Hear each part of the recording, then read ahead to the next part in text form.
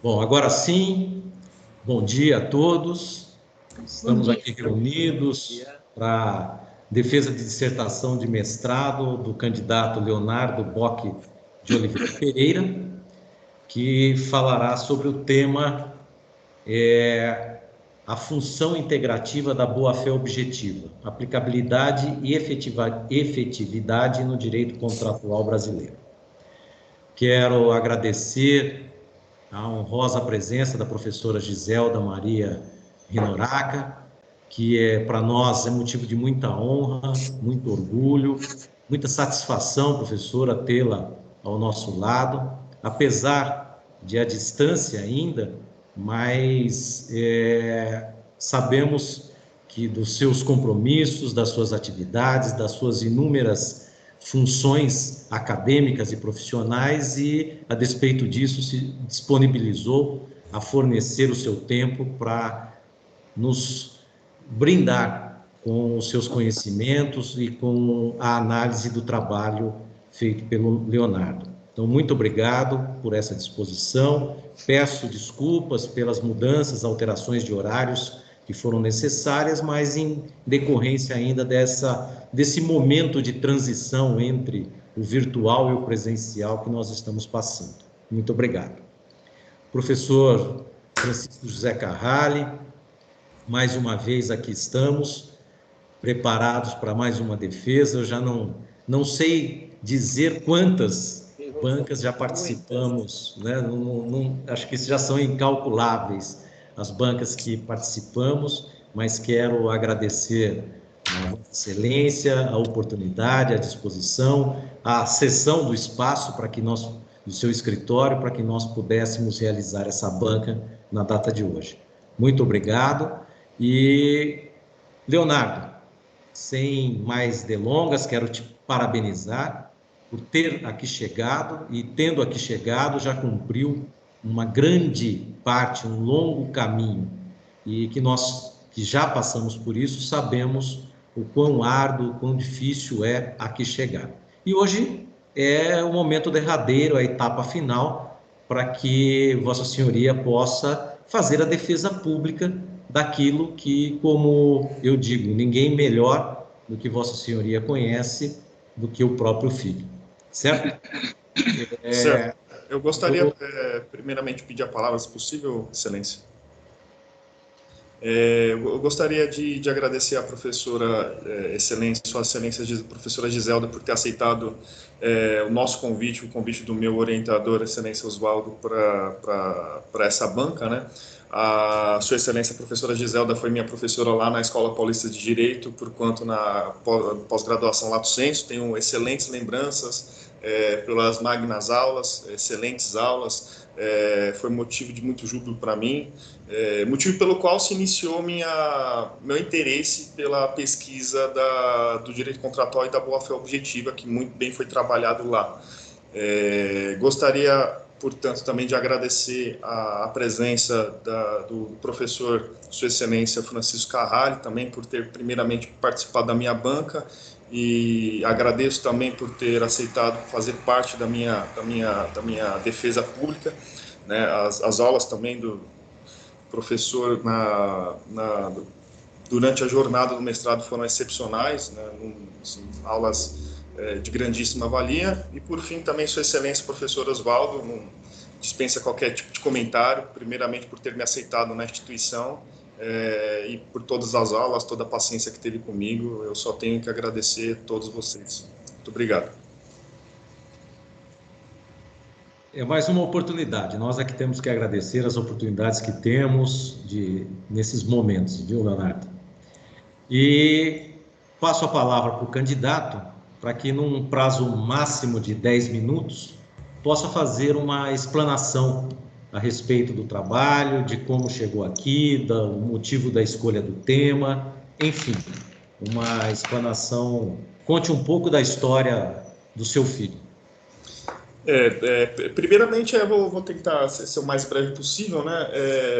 Me despertou muito interesse falar da boa-fé objetiva em uma das suas funções aqui, por quanto eu vou trabalhar muito mais a função integrativa da boa-fé, né?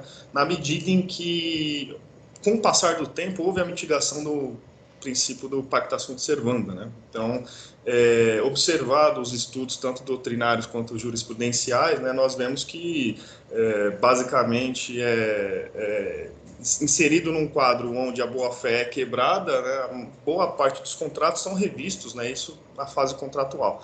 Então, eu optei por trabalhar os conceitos parcelares da boa-fé objetiva em sua função integrativa, né, que são alguns, né, conceitos parcelares, eu não trouxe todos, mas trouxe 9, e dentro desses 9 abordados, cada um deles, né, é possível observar que contratos são desfeitos, ou pelo menos revistos, ou revisados, com base na quebra da boa-fé objetiva, atrelado à função social do contrato, né, que é uma das barreiras limitadoras do contrato, né, com base no 2035 do Código Civil e no 422, 421, enfim. Então, foi o que me motivou a escrever sobre essa tese, né, e, se possível, eventualmente aprovado, pretendo publicá-la como livro. Era o que me cabia dizer por enquanto, Sua Excelência, professor Oswaldo. Muito obrigado. Seguindo as regras regimentadas, Maria Fernandes Novaes Hironaka, nossa professora convidada, e reiterando, professora, para mim hoje é motivo de muita honra, muito orgulho, uma satisfação enorme poder dizer que, ainda que à distância, estou sentado ao lado de Vossa Excelência. Então, passo a palavra e deixo a seu critério de fazer as indagações e, posteriormente, o candidato responde, ou, se preferir, indagar e responder. A banca é toda sua, professora. Muito obrigado por essa oportunidade. Só quem tem a agradecer sou eu. Como bem diz o professor Oswaldo, nós estamos à distância nessa nova vida toda esquisita, né, Leonardo? Mas, pelo menos, podemos nos ver. Vejo a vocês, vejo meu queridíssimo Francisco Carralho nessas fotografiazinhas aqui, né? Espetadas na tela. Eu tinha uma cachorrinha, desculpa falar desse jeito, e ela morreu faz uns 10 meses. Mas ficávamos eu e ela aqui. Quando eu começava a falar, num encontro como esse, qualquer outra coisa, ela vinha aqui e olhava lá, mas com quem que ela está falando? Está falando com a máquina? Tadinha da cachorra, ficava com aquela carinha assim. Eu estou numa felicidade também muito grande por ter sido convidado. Obrigada, meu querido professor Oswaldo Peregrina, e feliz da vida por reencontrar o candidato Leonardo. Sim, me lembrei perfeitamente das vezes em que estávamos lá na Escola Paulista de Direito, e você chega nesta magnífica universidade, a PUC de São Paulo, para fazer seu mestrado em Direito com ninguém mais, ninguém menos do que ele, o Oswaldo. Que maravilha, que maravilha. Meus parabéns por ter chegado até aqui, ter feito a conclusão do seu mestrado. O professor Oswaldo já falou hoje, o professor Francisco também sabe disso. Cada concurso que a gente faz é muito difícil. Nós ficamos com muita aflição dentro da alma, né? E depois tem uma ressaca. Quando a ressaca passar, daí você vai fazer doutorado, sabe? Quando a ressaca passar, daí você faz concurso. Daí vai de ressaca em ressaca, fazendo... Eu, graças a Deus, não tenho mais nenhum para fazer. Então, a minha ressaca agora é permanente, né? Eu noto que você está aflito e queria deixá-lo mais tranquilo, em que pese que eu vou fazer algumas recomendações, etc. Mas eu quero dizer, antes de mais nada, que esse tema escolhido é um tema muito bonito, sempre atual, sempre contemporâneo, e muito difícil. E eu queria também pedir licença ao presidente dessa banca para mostrar que, quando vou fazer um trabalho como esse de hoje, respeito o meu sobrenome japonês, que é Hironaka. acho que sabem meus colegas que sou divorciada, mas mantive o nome do meu ex-marido, Hironaka. E como fazem os japoneses, eu faço as coisas de trás para frente. O que eu estou querendo explicar é que eu faço a leitura inversa do trabalho. Eu leio, acho que muita gente faz isso. Eu leio a conclusão, da conclusão eu vou para a introdução, não a introdução e depois a conclusão, mas assim, invertido, vice-versa. E passo a passo, vou olhando o trabalho todo nas suas principais etapas, aquelas, claro, que me chamam mais atenção, farei as considerações. Eu preciso fazer algumas notas introdutórias, Leonardo, e elas não são as jurídicas propriamente dita, mas elas são relacionadas a uma correção de idioma e de estilo, né? Você escreve bem, mas existe aqui alguns problemas que eles precisam ser corrigidos por alguém com a sua competência, com a sua disposição para o trabalho e tudo mais, sabe? Precisa. É quase que uma mãe conversando com o seu próprio filho, e não alguém com um açoite querendo estragar todo o seu grande trabalho, a sua boa pesquisa. Por exemplo, tem frases muito grandes, por todo o trabalho. Eu tenho horror dos trabalhos em que cada parágrafo é uma única frase. E parece que isso é uma tentativa de ganhar espaço, de aumentar o tamanho do trabalho, não é não? E o seu, ao contrário, o seu trabalho, às vezes, tem frases grandes demais. Eu tomo um exemplo, se você tiver com o seu trabalho na frente, quiser abri-lo. Veja esta frase que começa na 106 e termina na 107. Se elas estivessem numa mesma página, provavelmente elas ocupariam quase toda a folha. Essa que diz já quanto à função social do contrato, vê? Então, quando for fazer a revisão desse seu trabalho, porque a gente sempre faz, sempre tem uma releitura posterior, depois da ressaca, como eu te falei, e sempre na intenção da publicação. Pense no leitor. Nós escrevemos para outra pessoa, nós escrevemos para o leitor. Tem um outro problema em todo o seu texto que me incomoda um pouco, é o uso da expressão onde. Isso não é uma língua portuguesa digna de nós que somos dessa área, em que o português é o nosso instrumento maior de trabalho, né? Quer o português que nós falamos, o português que nós escrevemos, o português que nós lemos. Então, nessas mesmas páginas em que estão, se eu tomar essa mesma frase que nós começamos na 106, dá uma olhada. Você consegue? Dá uma olhada. Sim, estou com ele aqui, excelência. Tá bom. Na terceira linha da 106, de baixo para cima.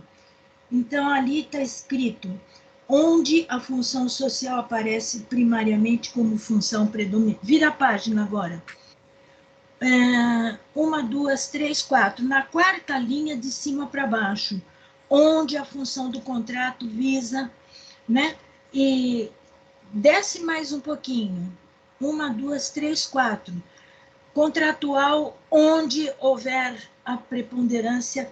Vê como tem a repetição do uso dessa palavra e ela não é adequada. Então, deveria ser assim. Por exemplo, para se evitar desigualdade, por força da qual a função social do contrato, enfim, escolher outro tipo de coisa. Aqui ainda eu tenho algumas outras anotações, na 107, na primeira linha, lá em cima, quase terminando, está escrito sob, e na verdade me parece que não é sob, é sobre. O trabalho precisa mesmo de uma revisão profissional, porque essas coisas são corrigidas com facilidade. Se você baixar ainda os olhos, Página 107, 1, 2, 3, 4. Na quinta linha, veja escrito assim, ó, função social do contrato visa, além de proteger interesses individuais das partes, visa. Pronto, está lá. Vê como são coisas bestas às vezes, mas que, é claro, não pode passar batido na intenção de publicação do seu trabalho, sabe?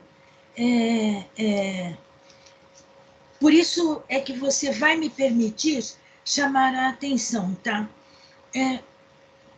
Na página anterior, e ainda nessa chatice, perdoa, professor Oswaldo, na página 106, está escrito, lá embaixo, 1, 2, 3, quarta linha de baixo para cima, já que, quinta linha, já que a sociedade e o direito, olha o verbo, no singular, o verbo tem que estar no plural, e assim por diante, as coisas vão se repetindo.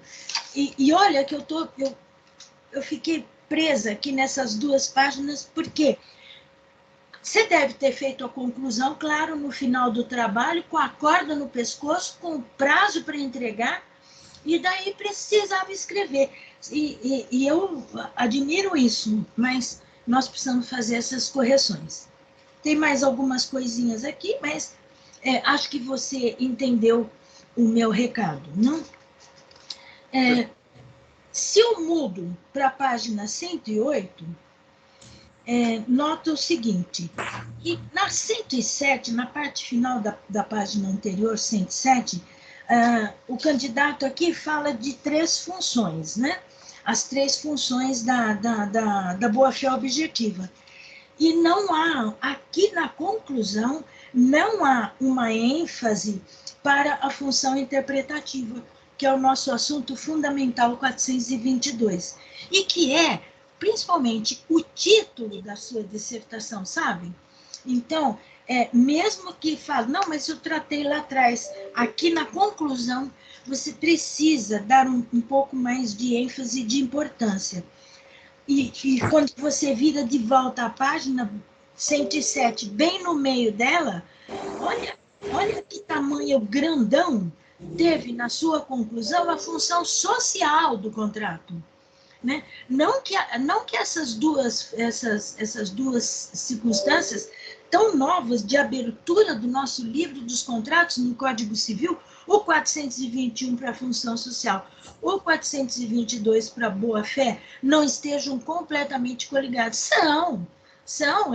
Todos eles têm, afinal de contas, um interesse único, ter o melhor contrato possível e que permita todas as obrigações decorrentes sejam perfeitamente adimplidas. Esta que é. Porém, aqui na conclusão, nesse parágrafo, você fala mais de função social do que na outra página você fala de função de integração. Pouquinhas, bem linhas menores aqui, bem menorzinho.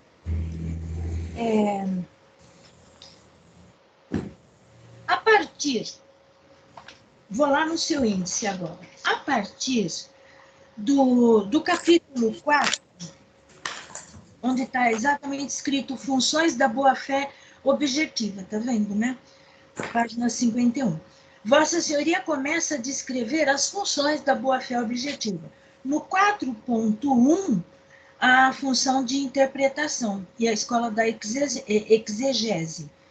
Daí vem a subdivisão desse item 4.1 em 4.11, 4.12, 4.13, tudo sobre a função interpretativa. No 4.2, fala rapidamente sobre a função de controle. E apenas no item 4.3 passa a cuidar da função integrativa. Olha, em somente 2 páginas e meia.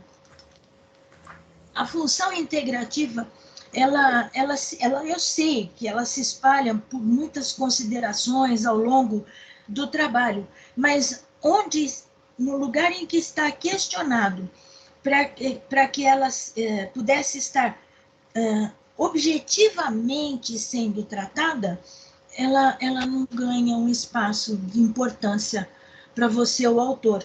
Ela está entre as páginas 64 e 67, é muito pouquinho para ela aqui. Então, eu deixo esta observação. Mais do que isso, eu deixo esse conselho, que é a respeito da necessidade de se rever a construção do trabalho para dar mais ênfase e mais destaque à função.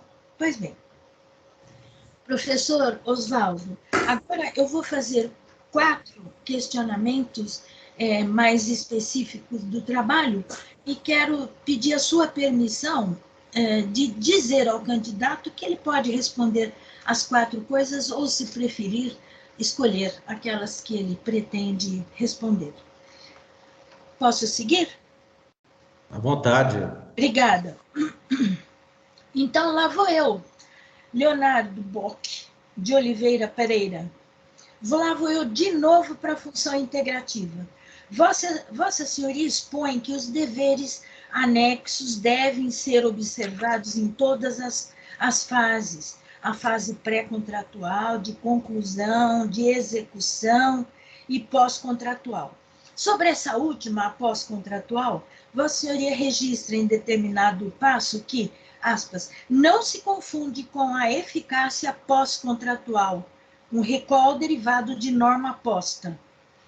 Eu gostaria que me explicasse isso mais detalhadamente. Tem um conhecido e paradigmático caso que aconteceu na Alemanha, e quem repetia, talvez o professor Francisco se lembre disso, quem repetia muito esse caso, naquela época, de 20 anos atrás, quando o nosso código foi promulgado, era o professor Junqueira, o professor Antônio Junqueira, que faz tanta falta para todos nós, para mim faz uma grande falta. Ele contava esse caso do direito alemão, do BGB alemão, né? Com extensão da observação da boa-fé objetiva, mesmo após fim do contrato. Tratava-se de um alemão que guardou dinheiro a vida toda para que, quando se aposentasse, pudesse construir uma casa do jeito que sempre sonhou, casa essa cuja frente seria ela toda envidraçada, e ele teria ali naquele espaço possibilidade de ver a paisagem lindíssima que ele sonhava, e ele também podia ter ali o seu piano, porque ele adorava tocar piano, e um canto espetacular onde ele fazia suas leituras. Eu vou tirar esse onde, que eu acabei de falar, porque é castigo divino, você notou? Então, um espaço no qual ele se sentava para fazer suas leituras, e era isso que ele queria. Aposentou-se, dinheiro guardado, ele procurou um loteamento que correspondia. Um loteamento que a parte baixa era um vale muito bonito, etc., e nas laterais subiam as encostas. Ele fala com o proprietário daquele loteamento, o vendedor, que era o proprietário também, e explica que ele queria comprar um terreno para construir nessas condições, e o vendedor o ajuda. Então diz, olha, por exemplo, esse terreno aqui numa encosta, assim na metade aqui da encosta, num terreno como esse vai ficar ótimo, porque você vai ter uma visão espetacular, etc. E o alemão compra o terreno, constrói a casa e paga tudo, paga o terreno, paga a casa, está completamente adimplente, não deve nada para ninguém, findou o contrato de compra e venda daquele terreno. O proprietário vendedor notou que ele conseguiu vender os terrenos para cima e não conseguiu vender com a mesma facilidade os terrenos que estavam mais para baixo, assim, mais próximos do vale. Então, ele fez o seguinte, ele pensou, se aqui embaixo as pessoas pudessem construir acima do térreo mais um andar, não ficaria tão chato. Ele vai até o correspondente à Assembleia Legislativa daquele cantão suíço, alemão, e consegue, fazendo lobby, ele consegue derrubar a legislação que impedia as construções acima de um único andar.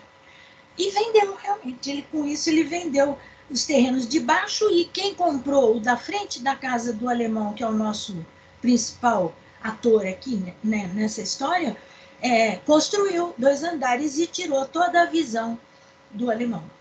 O alemão ingressa na justiça com o pedido correspondente e baseado exatamente nesta progressão da boa-fé objetiva, mesmo para a fase pós-contratual, fim do contrato. E venceu. Então, eu fico sempre pensando que onde está escrito não se confunde com eficácia pós-contratual. E dado isso que se espalha, mesmo não tendo uma cláusula específica para isso, mas a boa-fé se espalha para essa fase. Se puder, faça algum comentário. Perfeitamente, excelência. Segundo, a respeito dos deveres acessórios pré-contratuais, gostaria de ouvi-lo sobre o entendimento doutrinário que é grande parte dos doutrinadores, que afirma ser livre antes da conclusão do contrato, a ruptura das negociações e o arrependimento. Daí eu pergunto, haverá direito à indenização fundado em ato ilícito, se isso acontecer? Derivado de deveres acessórios pré-contratuais? Ato ilícito 159 do Código Civil, levando em conta também o 1080, que diz que a proposta obriga, e os artigos, principalmente 30 e 35, do CDC no mesmo sentido, se quiser falar do CDC. Terceiro, quanto ao dever de informar, e conforme nos expõe a professora Cláudia Lima Marques, indica o dever de esclarecimento imposto ao fornecedor de serviços quanto à forma de utilização e a qualidade dos serviços e o dever de aconselhamento imposto a profissional especialista na relação com outra pessoa não especialista. Dever de informar. Vossa Senhoria poderia tecer considerações acerca desse dever na relação consumerista ou fora dela, bem como associar a ele, esse dever de informar, os deveres correlatos de redigir com clareza e precisão, destacar e esclarecer cláusula mais onerosa, etc.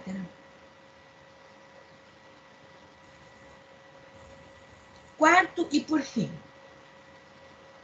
eu solicito a Vossa Senhoria que descreva, em brevíssimos minutos, se eu pedir para você adivinhar, você adivinha, né, o que vai ser?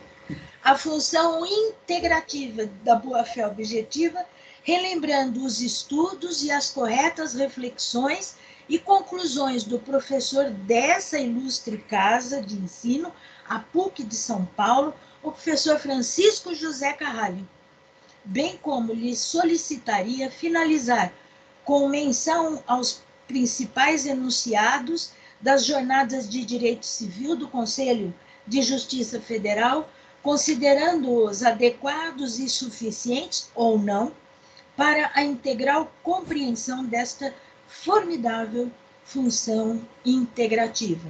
Por falar em enunciados de jornadas, meus caros, neste próximo evento, que será a nona jornada, eu vou participar justamente da área de contratos, né? Cansei de famílias e sessões, Francisco. Assim, só para efeito de jornadas. Só para efeito de jornadas. Olha, muitíssimo obrigado, meu caro presidente dessa banca, ilustre professor Oswaldo Peregrina Rodrigues, pelo convite, e meus cumprimentos a todos nesta banca, também ao candidato, desejando-lhe muito boa sorte e êxito. Obrigada. Professora Giselda, prazer ouvir suas colocações, suas palavras, como só ia acontecer. Isso demonstra que leu, vasculhou, analisou profundamente o trabalho, o que nos é motivo de muito orgulho. E eu gosto de dizer o seguinte: as falhas devem ser debitadas também ao orientador, que deixou de orientar dentro do possível e com mais vagar, com mais atenção. Mas fico satisfeito e honrado de ouvir as colocações de Vossa Excelência. Muito obrigado. Posso falar uma coisa? Na minha defesa de tese de doutorado, eu errei latim na primeira página. Levei uma. Jus especiais, errei. Faz parte, né, professora Giselda? É aquela situação, né? Se estamos aqui, corremos esse risco, né? Mas muito obrigado novamente.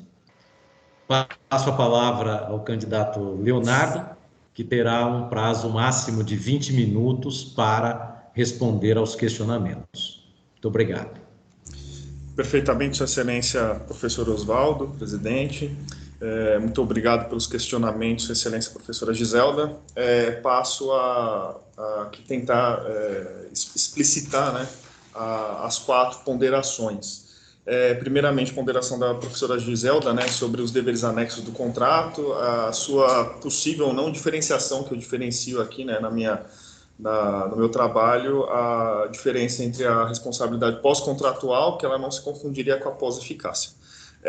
Pois bem, o exemplo que a professora muito bem trouxe, né, a mim me parece ser um exemplo de responsabilidade civil pós-contratual. Por quê?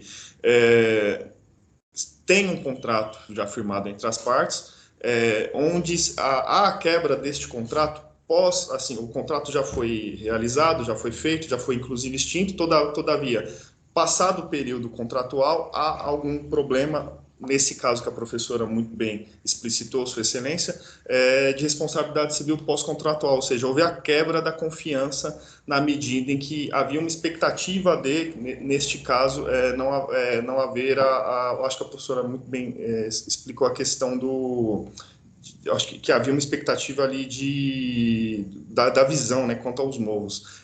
Eu trouxe um exemplo, salvo o melhor juízo no meu trabalho, da questão da responsabilidade civil pós-contratual, muito próximo deste que Sua Excelência trouxe. Não me recordo se escrevi aqui, mas trabalhei ele no mestrado, qual seja, muito próximo. Houve uma intenção de uma pessoa comprar uma casa, na expectativa de aquela região ser silenciosa, ou seja, os vizinhos ali dele ser silenciosa. Por quê? Ele era escritor, trabalhava como escritor, e comprou ali, né, foi falar enfim, com o dono, falou, não, aqui a região é tranquila, fica tranquilo, não vai haver esse tipo de problema quanto à questão de barulho. Pois bem, ele comprou, então, comprou o imóvel, né, fez o contrato, tudo certo, né, e o que aconteceu?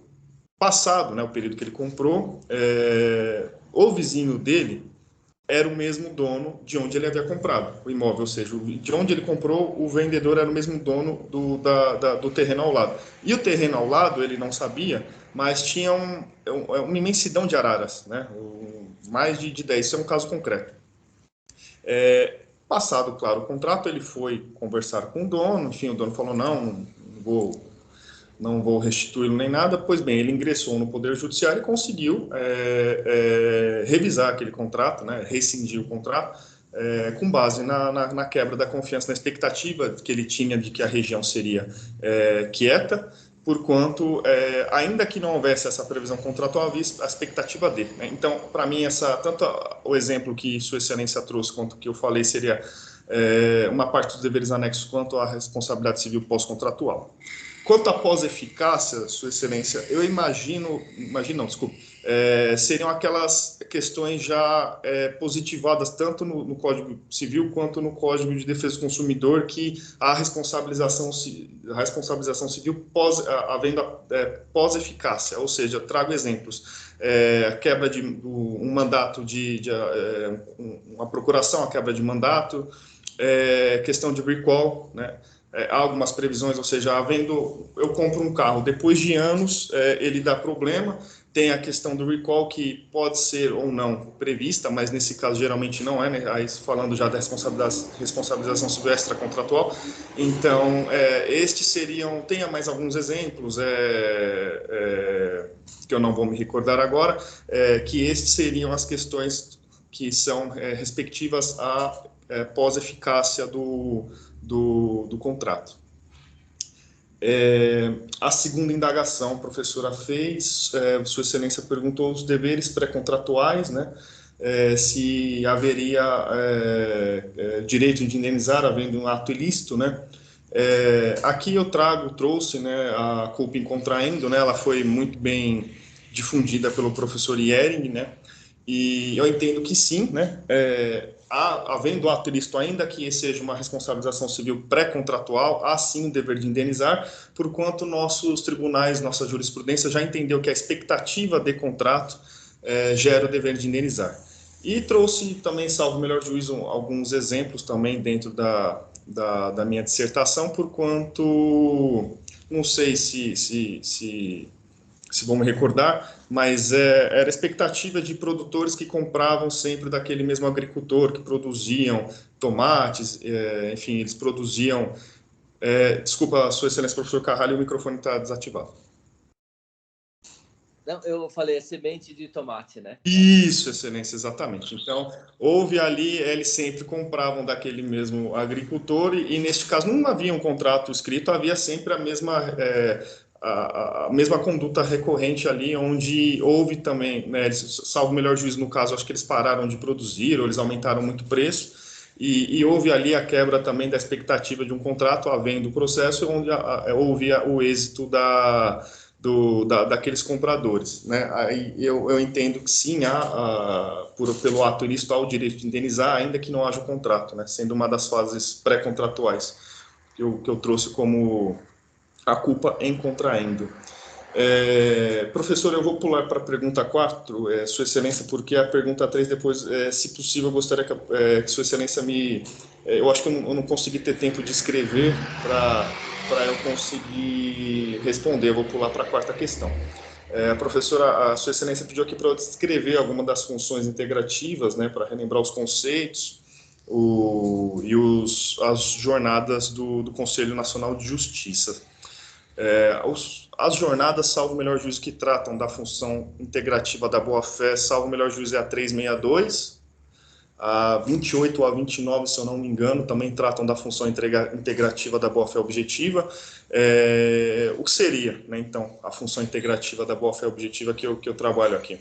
A função integrativa da boa-fé objetiva, ela deve lastrear tanto a fase pré, tanto a fase contratual e tanto a fase pós-contratual, que eu respondi lá na primeira questão. O artigo 422, enfim, né, todos estes conceitos, eles meio que trabalham entre si, mas o artigo 422 fala sobre isso do Código Civil, o artigo 421, então a função integrativa, ela trabalha dentro de um contrato. Eu falo um pouco aqui também até da fase pré-contratual, desculpa, da fase extracontratual, mas no meu trabalho claramente também é muito mais da fase contratual.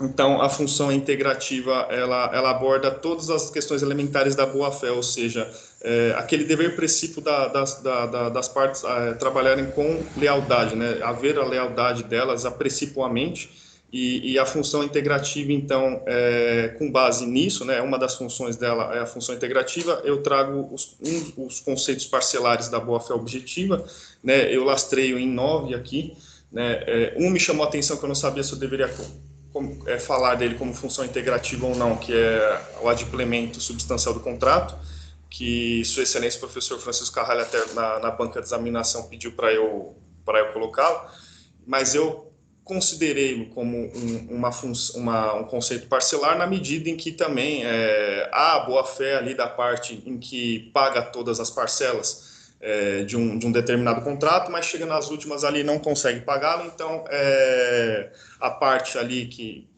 ou seja, a financeira em si, pega e pretende rescindir o contrato, né? Então, os tribunais, ainda que pequena parte, eles entendem que o contrato não deve ser rescindido, mas tão somente revisado, né? Porque é a boa-fé da pessoa que pagou, né? O professor Flávio Tartucci ainda faz uma pequena diferença entre a questão do adimplemento substancial, da questão qualitativa e da questão quantitativa do adimplemento substancial, em questão das suas prestações, né? Então, primeiramente, eu trago, deixa eu só colocar aqui para facilitar, o venire contra factum próprio, né? Seria o meu primeiro conceito parcelar. Ele, então, é o mais genérico, né, de todos. Quem fala, o professor Anderson Schreiber fala muito bem, ele tem uma obra muito bem trabalhada sobre o venire contra factum próprio. E o venire, então, seria... Ele também tem... O próprio professor Antônio, o professor português Antônio... Me foge agora o nome dele. Mas ele trabalha muito bem o venire e ele fala que, na verdade, todos os outros... Menezes Cordeiro seria? Perfeito. Menezes Cordeiro? Isso, perfeito, excelência, exatamente. Menezes de Cordeiro. Ele fala que, na verdade, todos os outros conceitos parcelares derivam, portanto, são uma ramificação do venire. O professor Anderson Schreiber também, assim, trata sobre esse conceito parcelar. E o venire, então, seria ali a contradição de um ato próprio da parte que contraria o preceito de ordem jurídica. Trago um exemplo também no trabalho Salvo Melhor Juízo, de uma venda de um imóvel onde, acho que foi feito na época do Código Civil de 16, onde exigiria ali a venda da outorga usória, mas no momento da venda a mulher não se opôs à venda deste imóvel. Passados-se alguns anos, ela entrou com a ação de nulidade, né, que era causa de nulidade, a não outorga usória, e foi, no caso em tela, foi vedado, né, foi julgada a ação improcedente na medida em que ela foi contraditória, porquanto no momento da venda ela não se opôs quanto à venda, todavia, passados-se alguns anos, ela ingressou com a ação. Então, neste caso, foi ponderado, ou foi balizado o conceito parcelar do venire contra factum próprio. O segundo exemplo que eu trago, e aí eu não conhecia, que me desculpem até o latim, mas é o Nemo Auditur Propriam Turpidin Allegans. É a professora Judite Martins, que fala muito bem dele, né? E a única diferenciação que ela faz deste conceito para o conceito do venire é que, neste caso, há um ardil, há um dolo maior da parte que a causa. Então, aí seria esse pequeno liame de diferenciação entre o venire e esse segundo conceito parcelar. O tu quoque, vem do latim, né, ateto brutus, tem aquela menção da quebra de confiança. Também ele é muito próximo do venire, né, muito próximo do segundo conceito que eu falei, que é o nemo auditur, mas ele tem uma diferença que também existe uma malícia, ou seja, também até uma questão de contrariedade ou até ambiguidade da pessoa que o alega, depois vai, no próprio processo, enfim, vai alegar aquela mesma argumentação. Então, o tu quoque, ele tem essa diferenciação dos outros dois. É um liame muito difícil de se distinguir, porém, tem alguns casos nos nossos tribunais que eu até falo, talvez aqui seria caso de venire, mas eles aplicam o tu quoque, né? A suppresso e a surresso, que o professor Fernando Simão muito bem pondera, né, que ele fala que seriam as duas faces de uma mesma moeda, né? Quando ocorre uma, naturalmente ocorre a outra, né? A suppresso, o artigo 330 do Código Civil fala dele, né, que seria aquela parte que deixa de praticar um determinado ato no decurso de um tempo, portanto, na medida em que para uma parte acontece a suppresso, para outra acontece a surresso. O exemplo clássico da doutrina é o exemplo do pagamento de aluguel, né?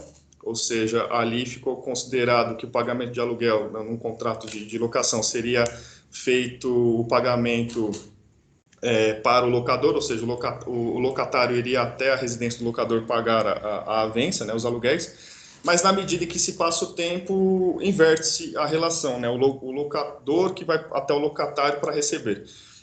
Mas contratualmente não estava previsto isso, né? Mas o que aconteceu? Enquanto para o locador aconteceu a suprécio, para o locatário aconteceu a surrécio. São os outros dois conceitos parcelares que eu trago. Inclusive, me chamou muita atenção um caso que eu também trouxe no meu trabalho, de uma prestação alimentícia que já havia, inclusive, já havia ocorrido a exoneração de pensão, por quanto o filho já estaria maior de idade, não tinha feito faculdade, não estava fazendo. Mas o pai ali continuou pagando as prestações alimentícias por mera liberalidade para ajudar o filho, né? Então, a mãe ingressou no Poder Judiciário alegando a surrécio, porque ele continuava a pagar as prestações alimentícias, ela alegou que ali havia nascido um novo direito, por quanto ele continuava a pagar, ainda que exonerado, né? Me chamou a atenção porque, nesse caso, o judiciário julgou improcedente a ação, falou que era uma mera liberalidade ali do pai, porque ele já havia uma sentença transitada em julgado exonerando, na medida em que ele era uma mera liberalidade, por quanto ele queria ajudar a criança, então aquilo não constituiria em tese a surrécio. Desculpa, a suprécio. O duty to mitigate the loss seria o próximo conceito que eu aqui trabalho também. Pela tradução específica, seria o dever de mitigar o prejuízo, né? Naturalmente, esses são os casos em que a gente vê muito mais nos casos bancários, né? Ou seja, o banco ali tem, nós, né, enquanto correntistas, temos dívidas com o banco, e o banco leva anos ali para nos cobrar, né? A dívida que era pequena passa a ser exorbitante. Então, enquanto correntistas, havendo essa ação de cobrança do banco, poderíamos alegar esse conceito parcelar, que em tese ele vem sendo aplicado. Trouxe também um outro julgamento paradigmático que eu achei, que foi aplicado o duty to mitigate the loss, que foi um agricultor que ele havia comprado um trator. Deixa eu ver se eu acho até a página aqui, se Sua Excelência quiser acompanhar, um julgamento até grande.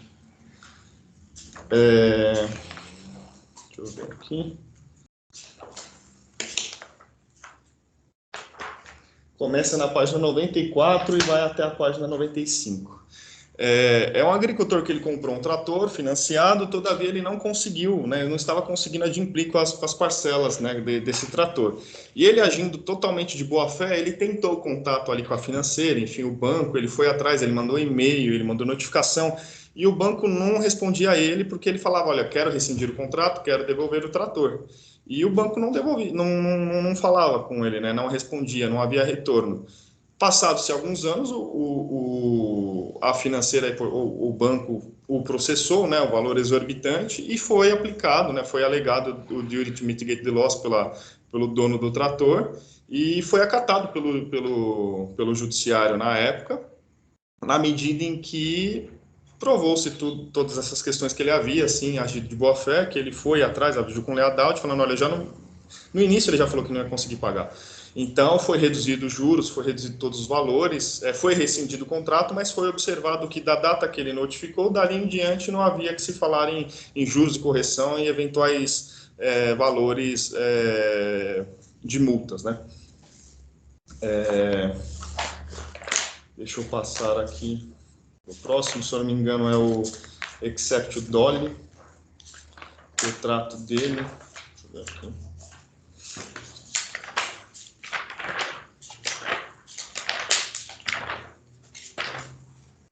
Sim, esse é um conceito parcelar que o próprio professor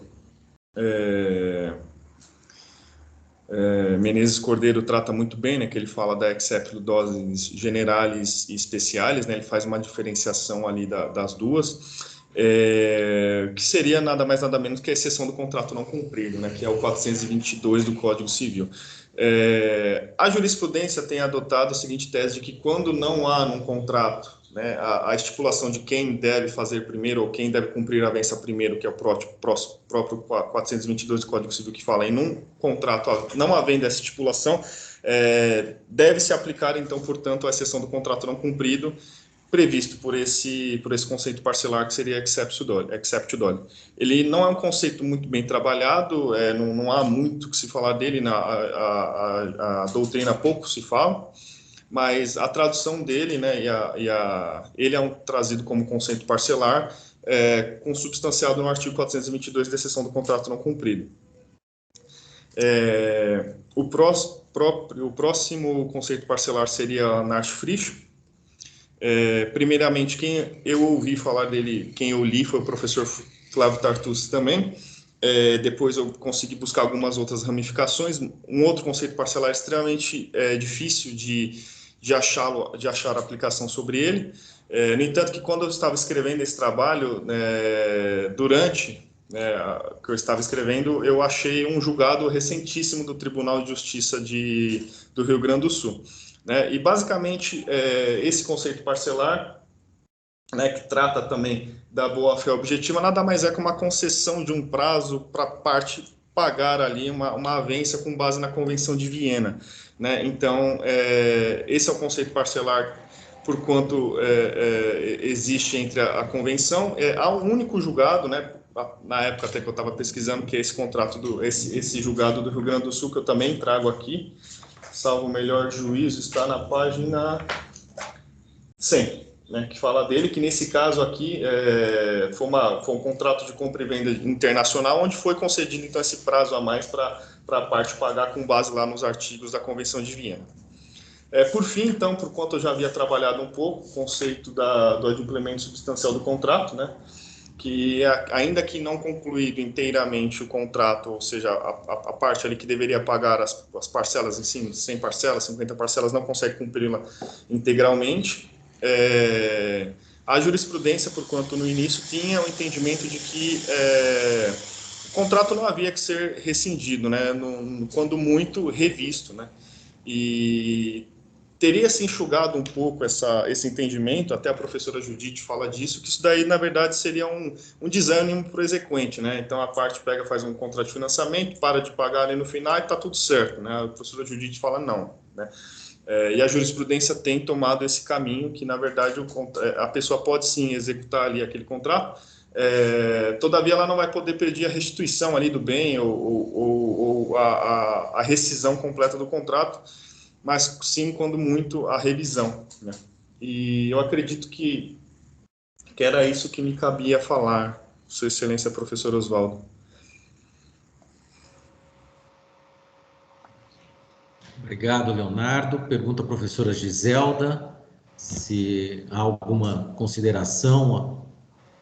Não, estou completamente satisfeita, agradeço. Muito obrigada.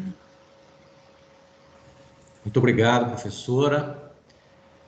Seguindo as nossas normas regimentais, eu passo a palavra ao professor Francisco José Carrali, mais uma vez agradecendo a gentileza de participar desse momento, a oportunidade de ceder o seu espaço para que pudéssemos realizar essa banca, e eu gosto de sempre lembrar que tive o professor Francisco Carrali como meu orientador de fato no mestrado, foi a pessoa que efetivamente acabou me orientando, foi meu orientador no doutorado, e digo que, graças ao professor Francisco, eu consegui trilhar e consigo ainda trilhar os meus caminhos na Pontifícia Universidade Católica de São Paulo, na graduação e na pós-graduação.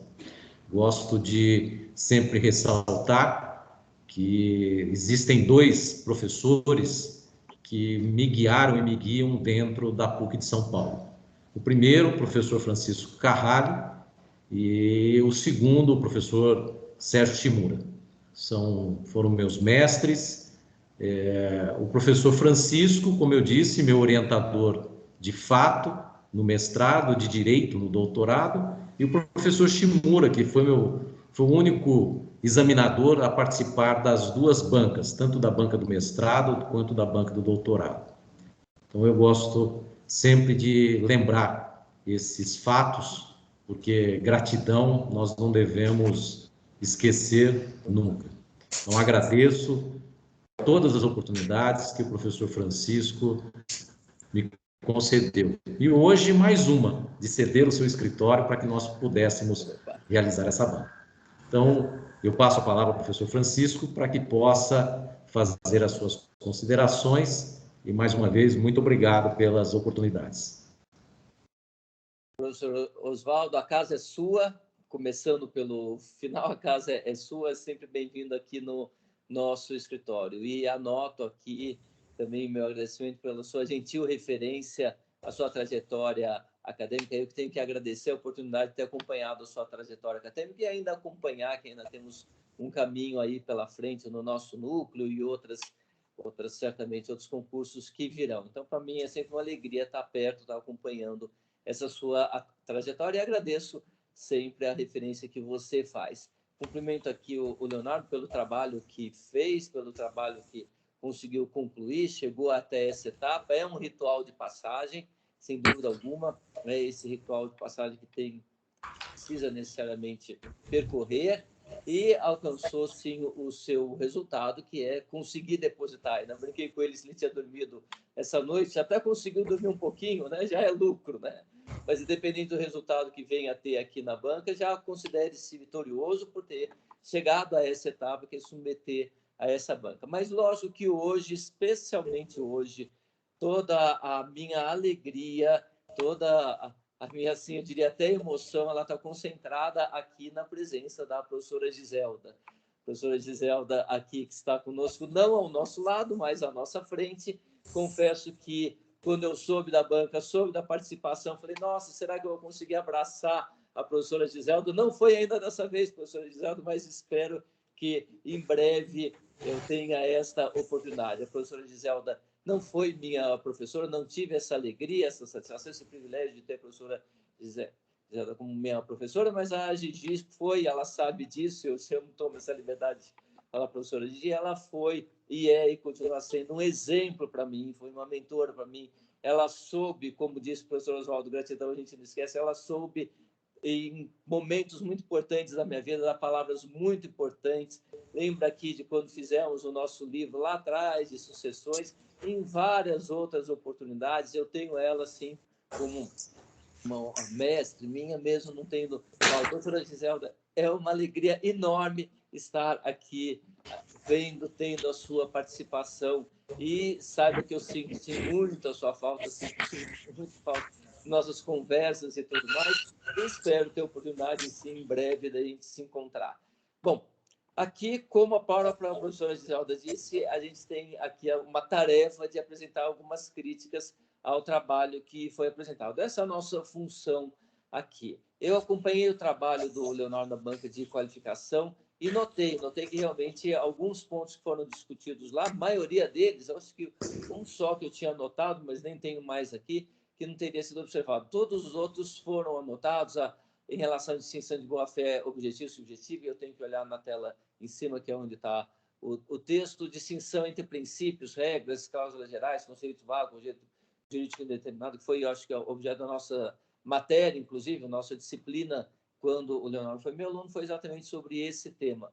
Conforme o semestre, professor Giselda, eu dou um tema, e, eu, por exemplo, esse semestre estou dando arbitragem, às vezes família e sucessões, e às vezes também essa parte geral, essa parte do Código Civil. Gostei das tabelas, a professora Gigi sabe que eu gosto de tabela, gosto de quadros, né? Isso é histórico, e a gente tinha comentado, gostei, adorei, inclusive no final foi feito um quadro, né, com os diversos institutos e as suas diferenças. Achei bem interessante, achei que o Leonardo soube aproveitar muitas das críticas que foram feitas naquele momento de qualificação.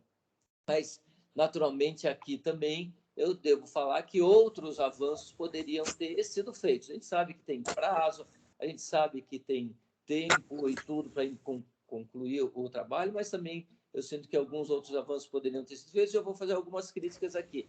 Reduzidas algumas, porque a professora Giselda já fez uma análise crítica bem abrangente, além das 4 perguntas, uma delas estava aqui na minha relação para fazer, já excluo, mas principalmente em relação às críticas.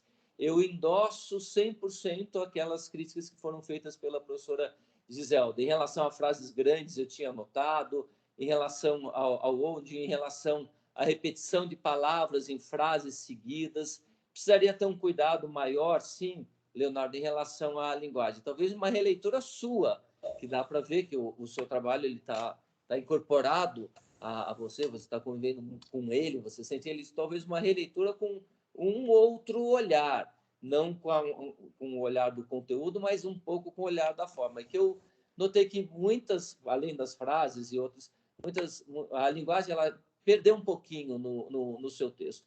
Eu fiz aqui algumas observações, algumas que então a professora já tinha feito, mas olha, eu coloco aqui, página 18, ao conceituar historicamente a noção. Conceituar historicamente a noção. Essa frase está errada. Seria conceituar o instituto, não a noção, e não é historicamente, você teria que colocar as repetições históricas.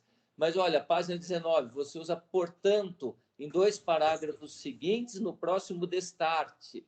Então, a sua redação é, portanto, assim sendo, isso posto, destarte, portanto, ficou um pouco repetitivo algumas palavras. Então, talvez reestruturar o texto como um todo, né? O conteúdo aqui, eu não estou fazendo observação em relação ao conteúdo, mas em relação, talvez, de uma lapidação maior, de um aprimoramento maior na linguagem, porque, afinal, é um texto acadêmico, é um texto que merece leitura. A gente sabe, a professora Giselda, o professor Oswaldo sabe que, às vezes, a gente faz uma frase, muda essa frase umas 20 vezes, lê de novo, muda. Tiveram frases, eu estou atualizando, tem atualização, está para lançar a 9ª edição do meu curso de arbitragem.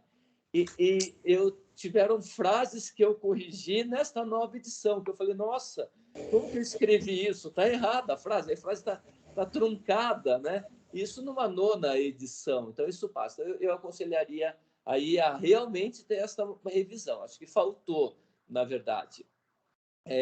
Outra situação que eu senti, por exemplo, página 109, outro sim seguido também 2 vezes, e na página 108 já tinha um outro sim, então repetindo o outro sim. Depois, algumas frases que eu acho que você coloca um pouco soltas. No caso desta jurisprudência, na verdade, você está... Aqui não é solto, desculpa. Na verdade, você está se referindo a um acórdão. Então, não é no caso dessa jurisprudência, que jurisprudência seria o coletivo. É no caso deste acórdão, ou no caso desta decisão, foi caminhado no outro sentido. E sobre jurisprudência, você coloca, daí que eu falo que algumas frases outras, a jurisprudência do Superior Tribunal de Justiça, como sendo assim uma orientação de muitos precedentes, mas você cita um ou outro. Então, para falar a jurisprudência do STJ, você teria que trazer aqui uma pesquisa dizendo, olha, os acordos, eu tenho 150 acórdãos do STJ. Desses 150 acórdãos, 100 vão para um caminho e outros 100 vão para o outro caminho. Eu senti que muitas vezes você coloca a referência à jurisprudência citando uma decisão e muitas vezes você coloca no sentido mais aberto. Olha, a orientação do Tribunal de São Paulo é uma frase desta, Leonardo, quem pode falar é a professora Giselda, com toda a autoridade que lhe cabe.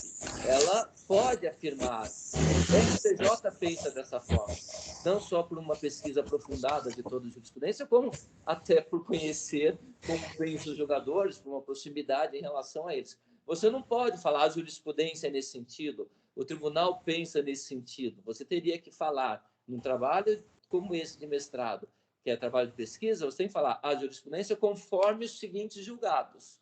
Tá? Não pode ter essa afirmação fica um pouco solta e não é correta no trabalho acadêmico. Eu lembro que até esse ponto, agora que eu lembrei, esse ponto é um dos que eu questionei você na banca de qualificação e que eu achei que aqui realmente poderia aprimorar. Você não pode falar jurisprudência ou o tribunal pensa dessa maneira sem indicar, assim, uma farta coletânea aí de decisões em um e em outro sentido. Ainda quando você fala no direito comparado, você chegou a fazer uma certa comparação de um parágrafo, mas eu ainda preferia que você fizesse essa referência como direito estrangeiro, não como direito comparado, porque não é a comparação, mesmo aquela confrontação entre toda uma estrutura orgânica do Instituto no direito. Então, aqui você citou, pelo que eu lembro, é Alemanha e França, mas você não chegou a estudar o Instituto lá fora e comparar com o Instituto aqui. Você falou, olha, lá é assim, parece com o daqui, aqui. pegou alguma coisa de lá, isso não chega a ser uma comparação em relação a um trabalho, né, que a gente espera de mestrado, quando a gente fala de direito comparado. Então, eu preferia até que você falasse como um direito estrangeiro, tá? Um direito estrangeiro, não um direito comparado, que não está sendo feita essa comparação. Ainda quando eu falo de frases soltas, ideias por vezes soltas, olha só, no resumo, página 7, você coloca: com o passar dos tempos, a cláusula geral de boa-fé passou por diversas, sendo bastante valorizada e aplicada em nosso ordenamento jurídico. Nossa, é isso mesmo, que legal. Na forma processual, tanto na sua forma processual quanto na forma material. E realmente eu falei, poxa, na parte de direito material é o nosso dia a dia, né? Mas eu falei, deixa eu ver como que ela está sendo valorizada e aplicada na forma processual. E você fez a referência na forma processual, mas não me trouxe. Tudo bem, seu trabalho não é esse. Mas você não me trouxe aplicações concretas, porque eu tenho até sinto uma falta de aplicação da boa-fé no Código, no processo civil, na aplicação, tá? A valorização e a aplicação. Estou falando agora como advogado.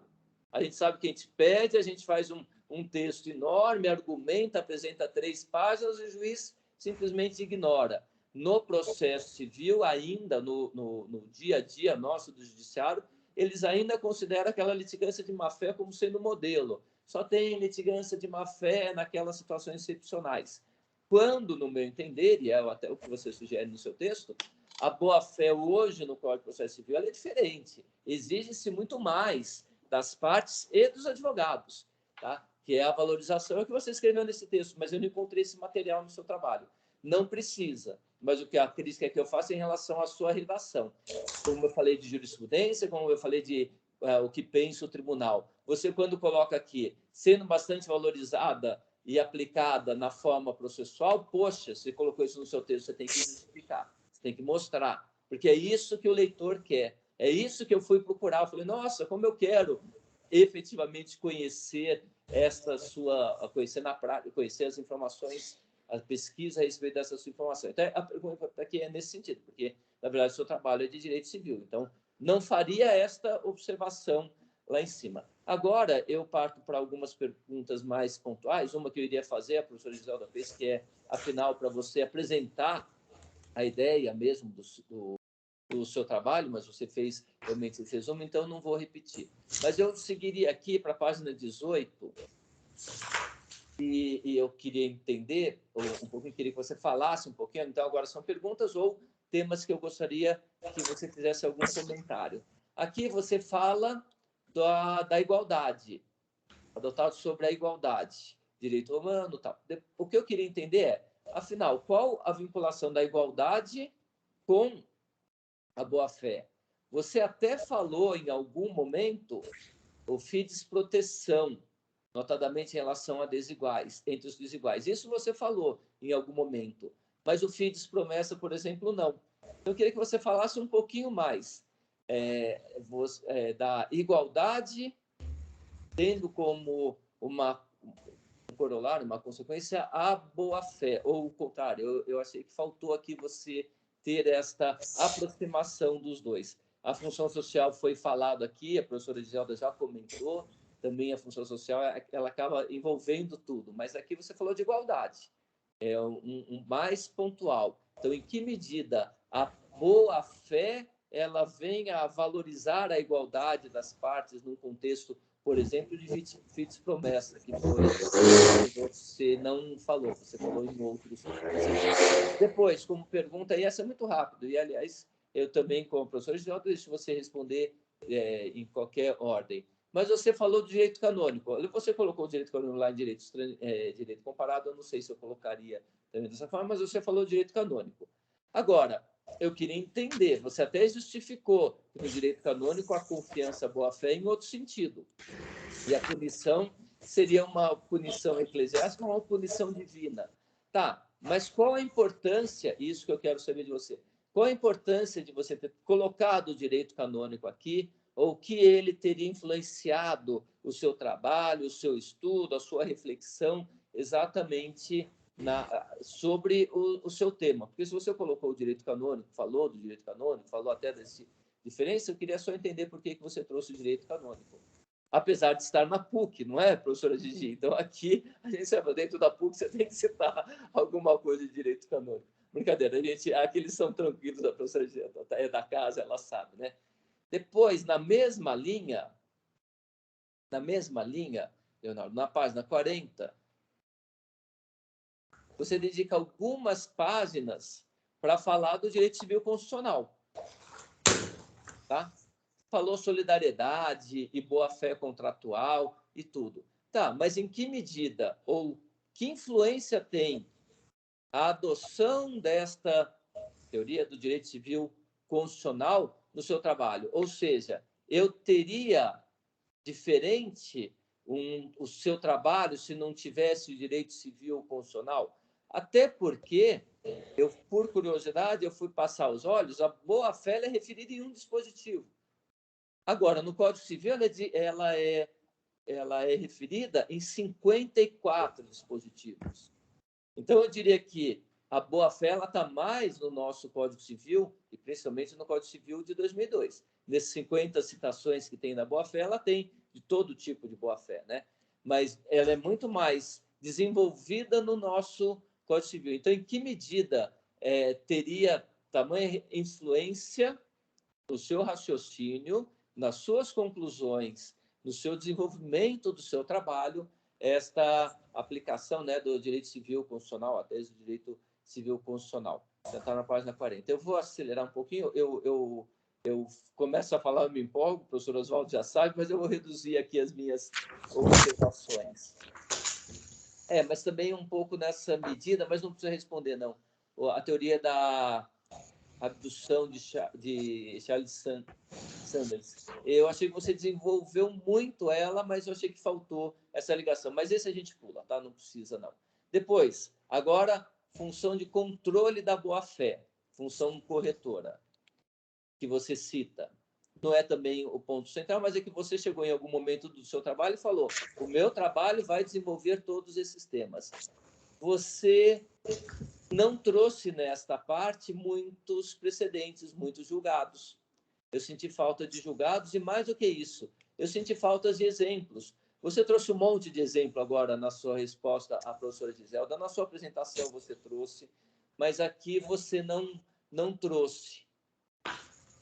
Então, eu queria, você pode falar assim, 2 exemplos de função corretora. Você citou, eu coloco aqui, você citou o Tribunal do Rio Grande do Sul, um ou outro, mas eu queria que você falasse um pouquinho dessa função corretora. Um pouquinho, mas assim, uns minutinhos mais, e floreado, como você fez em relação aos outros, com alguns exemplos. Depois entramos, página 77, do Venire. Venire contra factum próprio. Você falou bastante, eu acho que é um ponto importante do seu trabalho, dentro do que a gente já até tinha conversado, mas você trouxe a falta de vênia conjugal, tá? E eu queria entender de você, e também acho importante até achei que faltou alguns exemplos, ampliar mais. E, por exemplo, como é que fica o venire contra facto próprio em situações em que há um vício de forma, por exemplo? Eu trouxe aqui renúncia da herança. Se a pessoa faz uma renúncia da herança por troca de e-mails entre os herdeiros, isso é possível de ser sustentado num processo? Ele falou: olha, eu renuncio à herança. Poderia ser aplicada a proibição do venire contra facto se esse herdeiro depois se habilita no processo de inventário? A mesma coisa em relação à pacta corvina. Eu não vou falar quem, mas a gente sabe que nos escritórios de advocacia é comum a gente realizar, quando a pessoa já está interditada ou mesmo em vida, os herdeiros vão lá e fazem alguns, como que eu poderia chamar, de pequenos ajustes no ambiente, num protocolo familiar, né? Alguma coisa assim. Mas isso é tudo para a gente disfarçar, ou os outros fazem para disfarçar aí a proibição do pacta corvina. Mas eu diria, poxa, se tem este documento como um protocolo familiar em que as pessoas procuram seguir com a mais correta conduta e boa-fé no futuro para fazer valer o que combinaram. Esquece Pacta Corvina? Eu posso simplesmente ignorar, então, uma renúncia de direito prematura feita num protocolo familiar, um Pacta Corvina? Então, isso tudo poderia, afinal, ou não? Você citou um exemplo. Lógico que a gente sabe que até ele se opõe a requisitos de forma de um contrato. Você fez uma ou duas citações nesse sentido. Mas, realmente, é um pouco delicado. Eu citei esses dois exemplos. A gente pode ver por outras situações dentro do direito civil, dentro do contrato de locação. Vamos imaginar aquela cláusula que a parte escreve: se houver desocupação antecipada, eu vou pagar multa de 3 aluguéis. Vem a jurisprudência, vem a lei falar, né? É sempre proporcional. Mas não é proporcional, a parte diz que vai pagar os 3 aluguéis. Colocar que vai pagar uma multa de 5 aluguéis, colocar 2 garantias em vez de uma. Então, como é que ficaria quando a lei diz o contrário, mas a parte aceitou? No contrato de locação, às vezes o aluguel, a multa proporcional, ela é muito onerosa para o proprietário. Ele colocou lá 3 vezes, ou eventualmente, se ele pudesse colocar mais, ele colocou porque falou: não, se a pessoa sair no meio do contrato e receber só metade da multa, é muito oneroso para mim, porque eu tenho toda uma programação.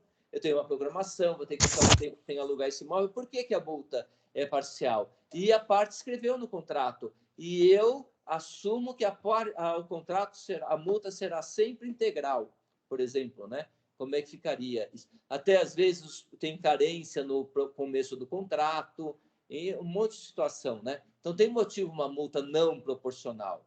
E se isso for justificado, eu posso, com base então na proibição do venire contra facto próprio, sustentar que a multa seria integral contra a lei, né? Porque a gente está falando aqui exatamente contra a lei, ou contra uma forma da lei, uma forma prevista em lei, ou contra o próprio texto da lei.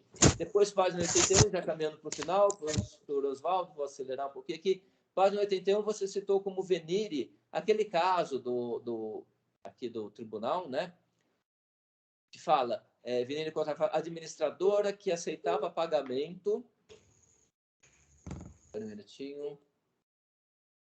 Administradora que aceitava o pagamento das faturas com atraso, tá? A minha pergunta é: não seria supresso? A gente já conversou isso até em aula, tudo. Eu acho que você poderia desenvolver bastante aqui também no texto.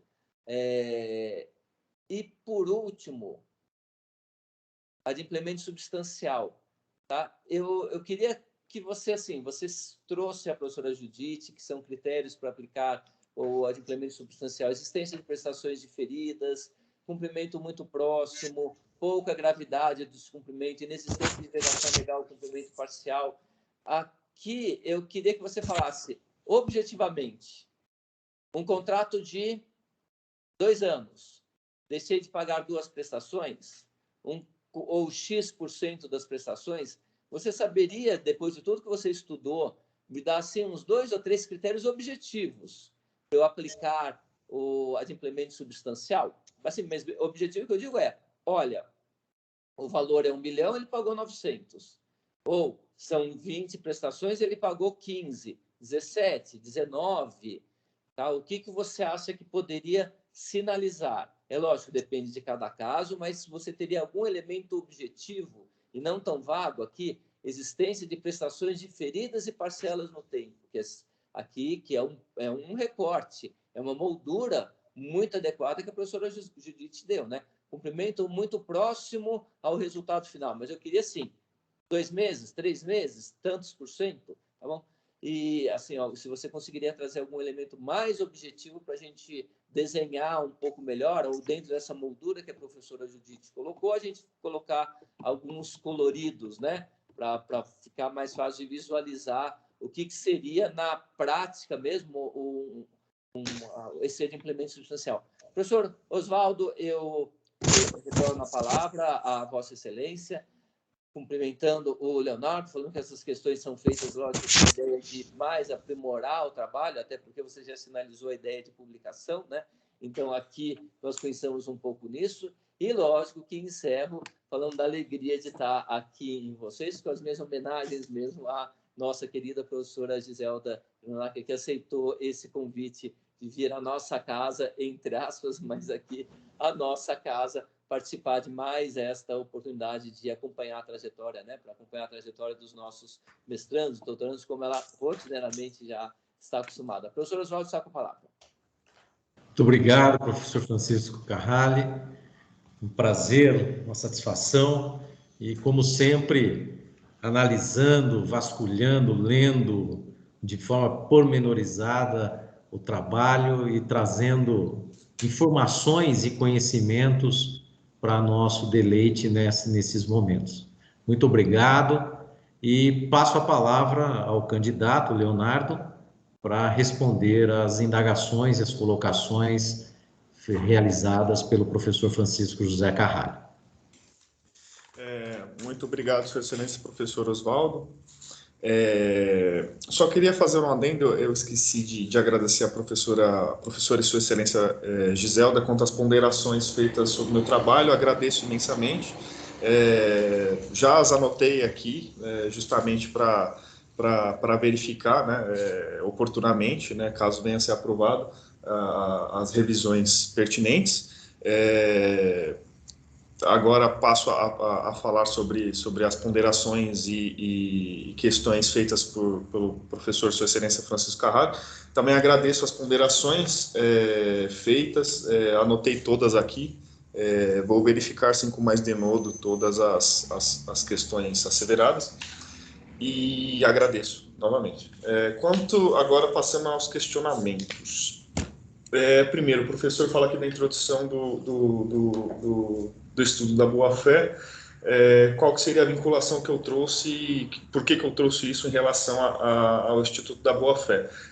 Primeiramente, eu agradeço novamente as ponderações feitas por Sua Excelência, porque eu não tinha, de fato, essa visão de que se eu insiro algo no meu trabalho, naturalmente, eu estava com a visão de escritor e não de leitor, né? Se eu insiro isso naturalmente no meu trabalho, obviamente que quem está lendo fala, poxa, eu quero ver onde que está, qual seria a relação. Então, a relação que aqui eu tentei trazer nessa introdução ao estudo da boa-fé, com a intenção de igualdade, foi sobre o viés do trabalho, e aqui também eu abro um agradecimento imenso ao professor Rogério Donini, que fez parte da minha banca de qualificação. Tive o privilégio de ter aula com ele, graças a Sua Excelência, professor Oswaldo, meu orientador, que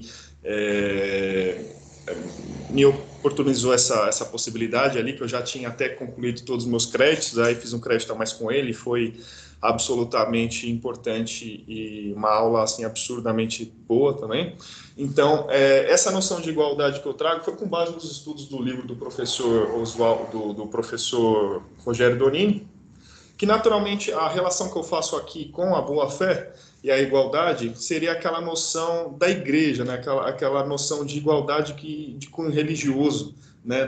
Da questão da aparência, da questão da lealdade. Então, esse foi o questionamento que eu quis trazer, que desde lá de trás a boa-fé, aqui eu falo da Fides, enfim, da Fides Bona, da Bona Fides, a questão da noção da aparência, da questão da lealdade, desde a questão da igreja, isso daí remonta, né, ao início dos trabalhos da boa-fé. Então, eu tentei trazer essa noção de igualdade desde aquela época, com a noção de hoje que temos de igualdade, dessa presunção de lealdade contratual. Então, esses foram os confrontos que eu quis trazer, relativos à aparência, que o professor Donini até fala, a questão da igreja. Sobre a questão do direito canônico, qual seria a importância que Sua Excelência, professor Carrali, questionou qual foi a importância de eu colocá-lo aqui no meu trabalho. De fato, fazendo uma análise um pouco mais com denodo neste momento, de fato, não consigo, de bate-pronto, demonstrar a relação dela com a boa-fé objetiva que eu tentei trazer hoje. De fato, foi uma passagem histórica dos meus trabalhos que eu quis colocar aqui como uma noção histórica da boa-fé objetiva, e ela passa, de fato, pelo direito canônico, né, a questão da forma que eles a puniam, caso a parte não cumprisse com aquelas questões. Todavia, vou realizar essa parte do meu trabalho na medida em que, de repente, né, não seria com aquela questão que Sua Excelência havia ponderado, né, qual a relação disso com o que eu quis trazer. A outra hesitação, outro questionamento que o professor, que Sua Excelência fez aqui, referente ao direito civil constitucional, né, qual a sua influência com a boa-fé objetiva, na verdade foi uma questão mais geral, né, da questão da constitucionalização do direito civil, ou como o professor Rogério Donini fala, né, da civilização do direito constitucional, melhor dizendo, né? Então, eu quis trazer todas aquelas noções de direito de solidariedade, da famigerada dignidade da pessoa humana, né, que todos os tribunais falam, mas não dizem o que é, né? Nós trabalhamos muito bem, o professor Sua Excelência trabalhou muito bem na sua aula, e nós, né, teve até uma das aulas, me lembro muito bem, que o professor pediu para nós conceituarmos, né, com base nos julgados, né, o STJ fala muito, mas não diz o que é ao final. Então, eu quis trabalhar essa noção de solidariedade, dignidade da pessoa humana, sob o prisma, novamente, da boa-fé, né? Tem relação direta e objetiva? Não, né? Mas numa relação constitucional, civilística ou civilística constitucional, teria essa abordagem mais específica. Eu gosto muito de falar sobre esse tema. Professor, novamente, Gustavo Tepedino fala muito bem, o professor Pietro Perlighieri fala muito bem, o professor Anderson Schreiber. Muito embora tenha algumas instituições, tem alguns doutrinadores que abominam, né, essa fase do direito civil, a parte do direito civil constitucional, ou a parte do direito constitucional civil, né? Se posso citar a própria professora do Largo São Francisco, a professora Daisy Gogliano, ela não é adepta dessa linha de raciocínio do direito civil constitucional, né? E se posso dizer ainda, fazer um paralelo, né, com os direitos da personalidade, também esses novos direitos que vêm nascendo, direito do esquecimento, ela também não é adepta desses novos direitos que vieram nascendo.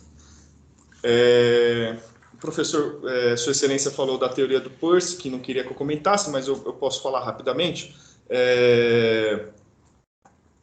Como faz parte da fase, da interpretação do direito civil como uma das funções da boa-fé objetiva, né, o Peirce, lá no século XIX, falando do pragmatismo, ele traz lá um novo tipo de interpretação, que seria a forma de interpretação abdutiva que ele fala, né? Na verdade, ele abomina a forma como nós, advogados, utilizamos o silogismo tradicional, né? Então, ele fala que, na verdade, teria que se partir primeiramente da conclusão, para aí sim tomar o nascimento de algum raciocínio, e não fazendo o sistema lógico do silogismo jurídico que nós conhecemos. Então, ele ali inventa, né, no século XIX, ele cria a teoria da abdução, com base nas normas interpretativas, né? Ele até fala que nós, advogados, fazemos uma falsa interpretação quando a gente parte do problema para a solução. Então, na verdade, a gente faz a forma que nós queremos para ter a conclusão que nós queremos, né? Na verdade, ele fala que o correto seria, né, aí mais de uma visão até dos julgadores, né, partir da conclusão para depois sim você começar o raciocínio. O professor pediu para eu falar aqui também da função de controle da boa-fé objetiva. De fato, eu tratei muito pouco aqui, também vou revisar. A função de controle, ela também é chamada, salvo melhor juízo, de função corretora, né? E ela, principalmente, está ligada lá ao artigo 187 do Código Civil, né? Aquele que age com abuso de direito, tem um enunciado 37 da Jornada do Direito Civil. Sinceramente, tentei procurar, não vi tantas aplicações, né, como Sua Excelência, professor Francisco Carralho, muito bem pontuou. Pouco se aplica, né, a função social a função de controle, né? Na verdade, ouso dizer que os juízes nem sabem do artigo 187, né, porque quando a gente fala, né, nem se pronunciam, mas de fato ela está ligada à questão do abuso do direito, né? Aquele que a viola comete, segundo o enunciado 37, inclusive ele está sujeito à responsabilização objetiva, né, em caso de abuso de direito. Portanto, sendo uma das funções da boa-fé objetiva, uma função importante, claro, todavia com aplicabilidade mínima, né? Por isso que eu até aqui traçando um paralelo, no início da minha escrita, né, não no início, né, no meio dela, eu queria mudar da função integrativa para a função de controle, né, mas de fato pouco se fala sobre, né. O sexto questionamento de Sua Excelência professor Francisco Carrali, o professor fala aqui do vício do Venire, né? Então, se havendo um vício de forma numa renúncia de herança feito ali por um e-mail, por um papel, se então poderia se alegar vício de forma. Nesse caso, o professor fala numa renúncia de herança. Eu entendo que atualmente, né, com base na minha pesquisa, eu entendo que não seria caso de aplicação de Venire, porque, na verdade, é uma norma cogente, né? Eu entendo que a renúncia em si, aí, salvo o melhor juízo, ela tem forma, né? Ela deveria ser feita por escritura pública, e há os limites da boa-fé, né? Há os limites da função social do contrato. Então, nesse caso, né, aí a aplicação do Venire, digamos assim, seria aplicado a quase tudo, né? Então, acontece alguma questão como nesse caso, vai se alegar Venire, né? E está tudo certo. Na verdade, não. Nesse caso, eu entendo que não, porque é uma norma cogente. Naturalmente, então, deveria se observar uma forma, e não se observando, aquela seria nulo e pronto, acabou. Né? Então, eu entendo que nesse caso não seria caso de aplicação de Venire. A sétima questão que o Sua Excelência professor Francisco Carrali faz é o exemplo da página 81, né? Olhando aqui, se não seria caso de suprécio.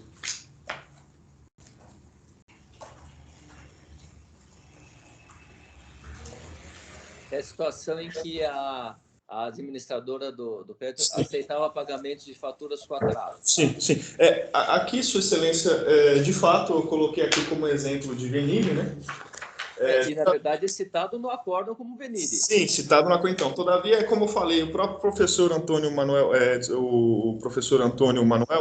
ele mesmo fala que ele, o professor, naturalmente observado os trabalhos dele, o professor Anderson Schreiber, fala que tudo que vem do Venire é proveniente dele, né? Então, todos os outros conceitos começam por ele, então seria uma derivação dele. O professor Anderson fala isso, ele tem um trabalho, um livro, se eu não me engano, que acho que chama mesmo Venire contra Factum próprio, acho que não sei se foi trabalho de mestrado ou doutorado, não é doutorado, acho que foi mestrado, que ele fala sobre isso, né? Então, naturalmente há uma confusão mesmo, todavia aqui eu acho que está...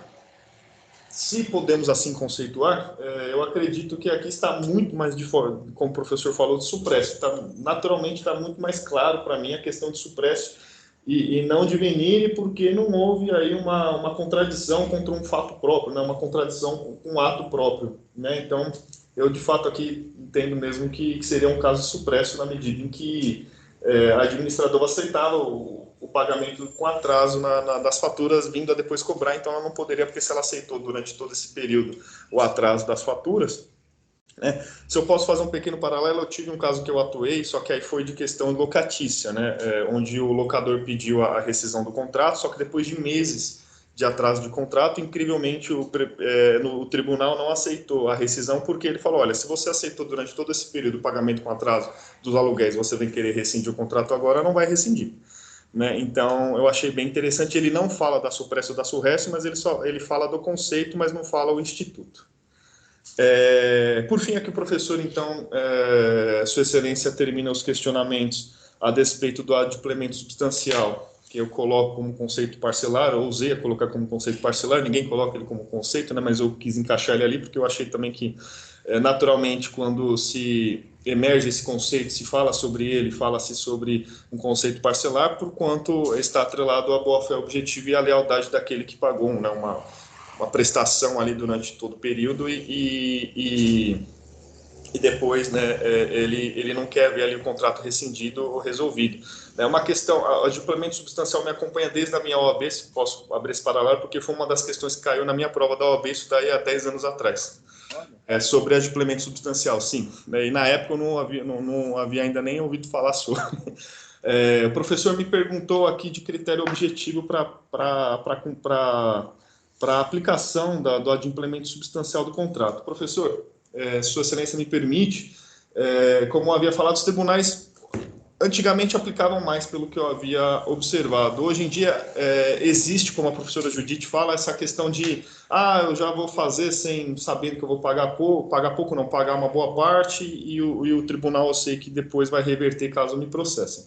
Hoje em dia é muito difícil, se eu não me engano, acho que eu vi até uma jurisprudência do STJ, não sei se coloquei, é muito difícil aplicar a teoria de adimplemento substancial. Se eu posso falar de um critério objetivo, para aplicação, seria aquela questão do tempo, modo, local, a forma de pagamento. Desde que todos os pagamentos tenham sido feitos de forma em dia, né, se assim posso dizer, seria talvez um critério objetivo para a sua aplicação. Se teria um prazo, né, se deixou de pagar 10%, se teria 5%, os tribunais, salvo o melhor juízo, eles falam em 10%, se eu não me engano, do total de prestações que foram pagas. Como havia falado o professor Flávio Tartucci, ele faz uma diferenciação de qualidade e quantidade, todavia não me recordo agora a diferenciação que ele faz, mas ele fala que tem a diferenciação do adimplemento substancial entre qualidade e quantidade, que seria uma diferenciação para que fosse também adotado como critério para aplicação. Todavia, os tribunais não têm aplicado, né, na medida em que a parte vem, deixa de pagar, né, sei lá, 2 parcelas, 3 parcelas, uma prestação de 48 vezes, né, e depois vem-se a ser cobrado, e a defesa, né, no caso desta parte que deixou de pagar todas as parcelas, alega o adimplemento substancial e, portanto, a ação deveria ser julgada improcedente. Os tribunais têm, em alguns casos, rescindido, mas na maioria deles eles revisam o contrato, né, e aí a pessoa é obrigada a pagar aquele remanescente, sim. Feito essas ponderações, eu acredito que eu não sei se esqueci de alguma, foi as que eu consegui anotar. Agradeço demais Sua Excelência por todas as ponderações, por todas as revisões. Volto a falar que eu anotei todas aqui. É motivo de muito orgulho para mim ter feito parte dessa instituição. Pretendo sim fazer o doutorado, muito em breve, e agradeço demais por todas as colocações de Sua Excelência. Muito obrigado, Leonardo. Parabéns. Isso, fica os cumprimentos e devolvo a palavra, então, ao professor Oswaldo. Muito obrigado, Leonardo. Desculpa, professor Francisco. Questiono se os professores querem fazer alguma colocação, alguma indagação. Estou satisfeito. Bom, Leonardo, então, dando prosseguimento, agora nós temos que partir para a fase de avaliação. Antes disso, eu quero mais uma vez te cumprimentar por ter cumprido todos os créditos, apresentado o trabalho. Digo que foi um trabalho tranquilo, em que nós trocamos muitas ideias e, repito, algumas e grande parte das falhas devem ser debitadas a mim, orientador, por ter deixado escapar alguns pontos para um aperfeiçoamento mais adequado do trabalho. Eu não vou fazer nenhuma indagação, porque fica aquela situação de que deveria ter feito em outro momento e que não agora na defesa oral. O que eu gosto de dizer é isso, que foi um trabalho feito e com muitas ideias trocadas e conversas a respeito do tema e do ajuste, principalmente depois em que houve a fase da defesa da banca de qualificação, em que o professor Francisco e o professor Donini deram um suporte razoável e significativo para a conclusão do trabalho. Passando para a próxima fase, eu vou parar a gravação e peço que